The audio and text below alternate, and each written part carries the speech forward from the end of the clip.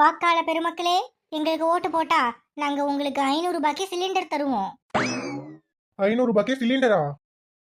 வாக்காள பெருமக்களே, நீங்க எனக்கு ஓட்டு போட்டீங்கன்னா நான் 200 ரூபாய்க்கு சிலிண்டர் தருவேன்.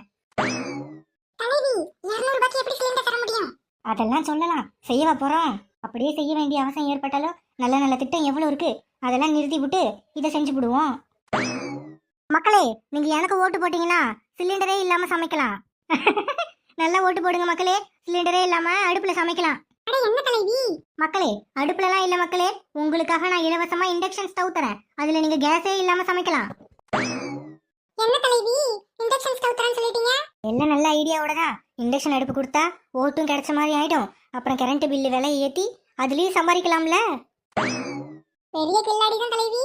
மக்களே, நீங்க கரண்ட் அடுப்பு வச்சு சமைச்சீங்கன்னா கரண்ட் பில் அதிகமாகும். நான் கரண்டே இல்லாம கேஸும் இல்லாம சமைக்கிற மாதிரி சோலார் சிஸ்டம் உள்ள ஒரு அடுப்பு உங்களுக்கு இலவசமா தர. மக்களே, எனக்கு ஓட்டு போடுங்க.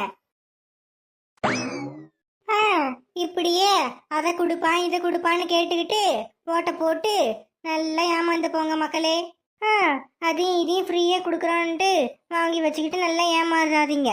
நாடு முன்னேறதுக்கு ஏத்த மாதிரி நல்ல நல்ல திட்டம்லாம் யார் கொடுக்குறாங்களோ அவங்களுக்கு பார்த்து ஓட்டை போடுங்க. நாடு நல்லா முன்னேறினா பொருளாதாரம் உயரும், எல்லாருக்கும் வேலை வாய்ப்பு கிடைக்கும், நம்மளே சம்பாதிக்கலாம், நமக்கு தேவையானதெல்லாம் வாங்கிக்கலாம். இவங்க கொடுக்குற 5க்கும் 10க்கும் ஆசைப்பட்டு நாட்டையே கூட்டி செவராக்காதீங்க மக்களே. பணக்காரங்களாம் பணக்காரனா அவரா, ஏழைங்களாம் பிச்சைக்காரனா ஆயிடுவோம் போல இருக்கு. இதுல இருக்கிற எல்லா இயற்கை வளத்தையும் வெட்டி இருக்கிற மிருகங்களையும் சாகடிக்கிறீங்க. எங்க போய் முடிய போகுதோ.